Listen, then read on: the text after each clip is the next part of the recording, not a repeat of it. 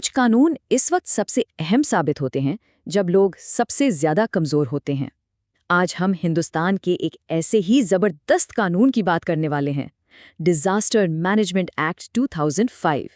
ये वो ब्लूप्रिंट है जो आफत से लड़ने का पूरा नक्शा पेश करता है। अब इस कानून की ज़रूरत क्यों पेश आई, इसको समझने के लिए ज़रा इस अदद पर गौर करें। हिंदुस्तान का 58.6% ज़मीनी हिस्सा, यानी आधे से भी ज़्यादा, ऐसे इलाकों में है जहां दरमियानी से लेकर बहुत शदीद किस्म के ज़लज़ले आ सकते हैं। कितना बड़ा रिस्क है ना? और ये सिलसिला यहीं नहीं रुकता।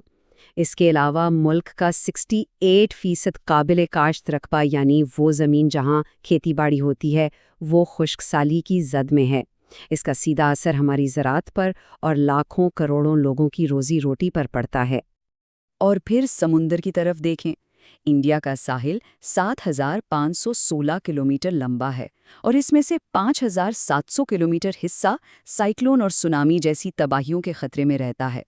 तो ये सारे आदाद-ओ-शुमार मिलकर क्या बताते हैं? यही कि हिंदुस्तान एक ऐसा मुल्क है जिसे एक ही वक्त में अलग-अलग तरह की कुदरती आफात का सामना करना पड़ता है। तो इतने सारे खतरों के बीच एक वाकया ऐसा हुआ जिसने सब कुछ बदल कर रख दिया। ये था 2004 का इंडियन ओशन सुनामी। इस तबाही ने सबको झंझोड़ कर रख दिया और ये एहसास दिलाया कि हम जिस तरह आफात से निमट रहे हैं वो काफ़ी नहीं है। एक बुनियादी तब्दीली की ज़रूरत थी और इसी ज़रूरत से जन्म लिया इस गेम चेंजर कानून ने, 2005 का डिज़ास्टर मैनेजमेंट एक्ट। यहाँ से सफ़र शुरू हुआ रिएक्शन से रेडीनेस का। तो सबसे पहले आइए ये समझते हैं कि ये कानून डिजास्टर या आफत किसे कहता है। कानून के मुताबिक आफत कोई भी तबाही, हादसा या संगीन मसला है, चाहे वो कुदरती हो या इंसानी गलती से, जो इतना बड़ा हो कि मुतासरा इलाके के लोग खुद उससे निमट ना पाएं। जब उनकी बर्दाश्त से चीज़ें बाहर हो जाएं, वो आफत है। ठीक है, आफत समझ आ गई। अब डिज़ास्टर मैनेजमेंट क्या चीज़ है? ये एक पूरा प्रोसेस है, एक मुसलसल आपस में जुड़ा हुआ प्रोसेस। इसमें प्लानिंग है, आपसी कोऑर्डिनेशन है और आफत से पहले, आफत के दौरान और आफत के बाद के सारे इक़दामात हैं, जैसे रोकथाम, असरात कम करना, तैयारी, रिस्पॉन्स और फिर रिकवरी। मतलब ये सिर्फ तबाही के बाद भाग दौड़ नहीं, बल्कि एक मुकम्मल साइकिल है। और यही इस कानून का सबसे बड़ा, सबसे इनकलाबी पहलू सामने आता है।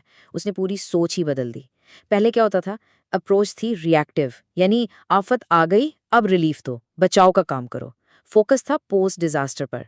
लेकिन इस कानून ने उसे बदलकर प्रोएक्टिव कर दिया, यानी इंतजार मत करो, पहले से तैयारी करो, रोकथाम करो, ऐसी प्लानिंग करो कि नुकसान कम से कम हो। तो सवाल ये उठता है कि ये सब करेगा कौन, किसके जिम्मे क्या है? इसके लिए कानून ने एक बड़ा वाज़े 3 टियर सिस्टम बनाया है।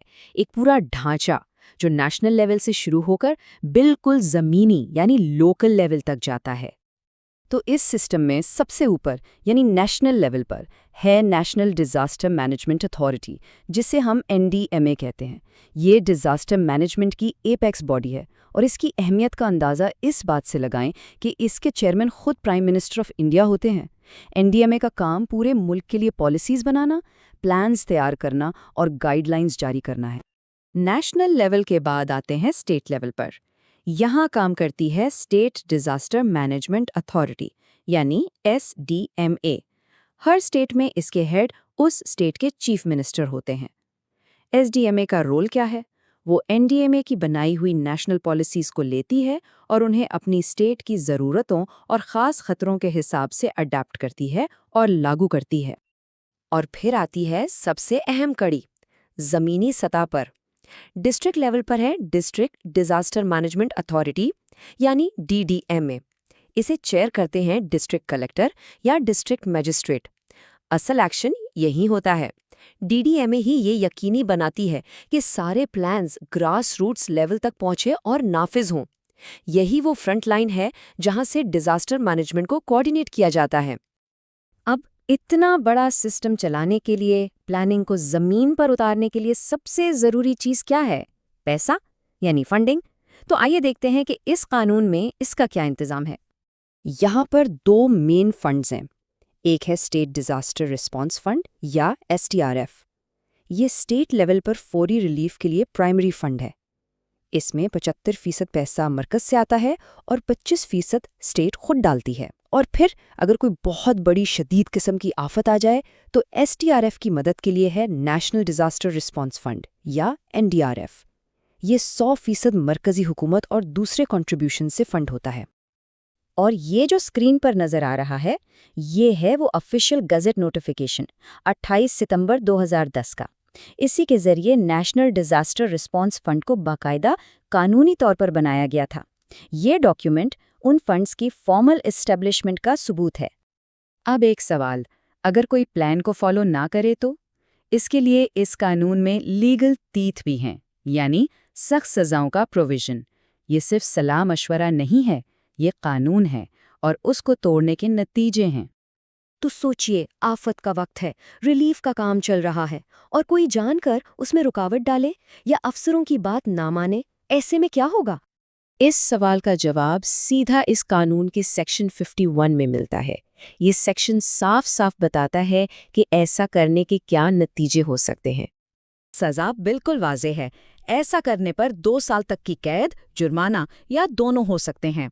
इससे साफ पता चलता है कि आफत के वक्त किसी भी किस्म की लापरवाही या रुकावट को बिल्कुल बर्दाश्त नहीं किया जाएगा।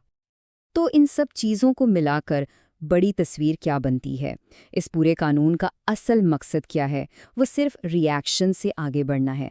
मकसद है एक ऐसा हिंदुस्तान बनाना जो महफूज हो, पहले से तैयार हो और किसी भी आफत से निमटने की लचक रखता हो। प्राइम मिनिस्टर नरेंद्र मोदी ने इस बात को खूबसूरती से कहा है, जब आफात से निमटने की बात आती है तो एक प्रोएक्टिव अप्रोच हमेशा एक रिएक्टिव अप्रोच से बेहतर होती है। और ये लाइन इस कानून की पूरी रूह को, इसके पूरे फलसफे को एक जुमले में समेट लेती है। और आखिर में एक सवाल सबके लिए। हम देख रहे हैं कि क्लाइमेट चेंज की वजह से आफात बढ़ रही हैं, उनकी शिद्दत बढ़ रही है। तो आने वाले कल के इन बढ़ते हुए चैलेंजेस को देखते हुए इस 2005 के कानून के ढांचे को हम और कैसे बेहतर और मजबूत बना सकते हैं?